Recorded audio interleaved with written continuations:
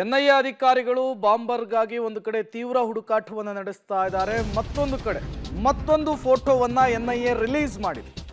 The Rameswaram cafe bomb ಸ್ಫೋಟ ಪ್ರಕರಣಕ್ಕೆ ಸಂಬಂಧಪಟ್ಟಂತೆ ಶಂಕಿತ ಉಗ್ರನ ಮತ್ತೊಂದು ಫೋಟೋ ಪಬ್ಲಿಕ್ ಟಿವಿಗೆ ಲಭ್ಯವಾಗಿರುವಂತದ್ದು.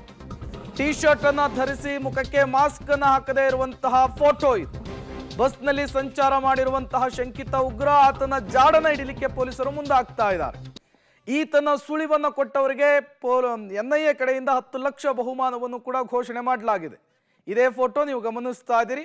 ಅತ್ಯಂತ ಹತ್ತಿರದಿಂದ ಸೆರೆ ಹಿಡಿದಂತಹ ಫೋಟೋ. ಬಾಂಬರ್ ಮತ್ತೊಂದು ಫೋಟೋವನ್ನು ಎನ್ಐಎ ರಿಲೀಸ್ ಮಾಡಿರುವಂತಹದ್ದು. ಅದು ಪಬ್ಲಿಕ್ ಟಿವಿಗೆ ಲಭ್ಯವಾಗಿದೆ. ಸ್ಕ್ರೀನ್ ಮೇಲೆ ಗಮನಿಸ್ತಾ ಇದ್ದೀರಿ.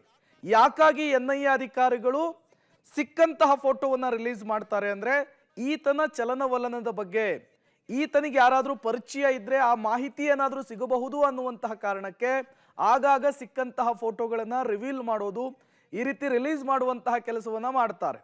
ಇದೇ ಬಾಂಬರ್ ಟಿ ಶರ್ಟ್ ಅನ್ನು ಚೇಂಜ್ ಮಾಡಿಕೊಂಡು, ಹ್ಯಾಟ್ ಅನ್ನು ಚೇಂಜ್ ಮಾಡಿಕೊಂಡು, ಮಾಸ್ಕ್ ಅನ್ನು ಚೇಂಜ್ ಮಾಡಿರೋದು, ಆತ ಓಡಾಟವನ್ನು ನಡೆಸಿರೋದು ಗೊತ್ತಾಗ್ತಾ ಇದೆ.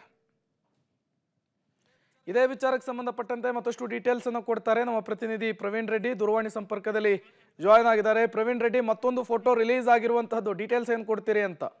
ಹೌದು ಪ್ರೇಮ್ ಕುಮಾರ್, ಏನಂದ್ರೆ ಬೆಂಗಳೂರಿನಲ್ಲಿ ರಾಮೇಶ್ವರ ಕೆಫೆಯಲ್ಲಿ ನಡೆದಂತಹ ಬಾಂಬ್ ಬ್ಲಾಸ್ಟ್ ಪ್ರಕರಣದ ಶಂಕಿತ ಆರೋಪಿ ಏನಿದ್ದಾನೆ, ಟೆರರಿಸ್ಟ್, ಆತ ಏನಂದ್ರೆ ಮಾರ್ಚ್ 2ರಂದು ಕಲಬುರಗಿಗೆ ಬಂದು ಹೋಗಿರುವಂತಹ ಎಲ್ಲಾ ಸಾಕ್ಷ್ಯಗಳು ಕೂಡ ಈಗಾಗಲೇ ಎನ್ಐಎ ಅಧಿಕಾರಿಗಳಿಗೆ ಸಿಕ್ಕಿದ್ದು. ಈಗಾಗಲೇ ಎನ್ಐಎ ಅಧಿಕಾರಿಗಳು ಕೂಡ ಇವತ್ತು ಬೆಳಗ್ಗೆ ಕಲಬುರಗಿಯ ರೈಲ್ವೆ ನಿಲ್ದಾಣ ಆಗಿರ್ಬೋದು, ಬಸ್ ನಿಲ್ದಾಣ ಸೇರಿದಂತೆ ಹಲವು ಕಡೆ ಈಗಾಗಲೇ ಶೋಧ ಕಾರ್ಯವನ್ನು ಮಾಡಿದ್ದಾರೆ ಮತ್ತು ಸಂಬಂಧದ ಸಿಸಿಟಿವಿ ದೃಶ್ಯಾವಳಿಗಳನ್ನು ಕೂಡ ಸೆರೆ ಹಿಡಿದಿದ್ದಾರೆ.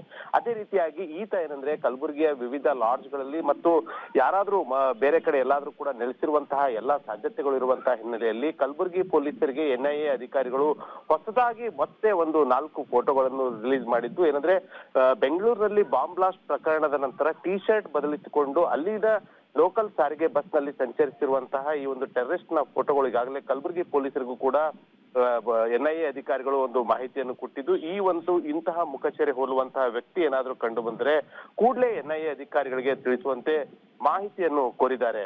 ಪ್ರೇಮ್ ಕುಮಾರ್, ಥ್ಯಾಂಕ್ ಯು ಪ್ರವೀಣ್ ರೆಡ್ಡಿ ತಮ್ಮೆಲ್ಲ ಮಾಹಿತಿಗಾಗಿ. ಈತ ಬೆಂಗಳೂರಿನಲ್ಲಿ ಬಾಂಬ್ ಬ್ಲಾಸ್ಟ್ ಅನ್ನ ಮಾಡಿ ತನ್ನ ಪ್ಲಾನ್ ಅನ್ನು ಎಕ್ಸಿಕ್ಯೂಟ್ ಮಾಡಿ ಹೇಗೆ ತಪ್ಪಿಸ್ಕೊಳ್ಬೇಕು ಅನ್ನೋದಕ್ಕೂ ಕೂಡ ಬ್ಲೂ ಪ್ರಿಂಟ್ ಅನ್ನು ರೆಡಿ ಮಾಡಿಕೊಂಡಿದ್ದ. ಅದೇ ರೀತಿಯೇ ಸಾಗಿ ಬಂದಿದ್ದಾನೆ.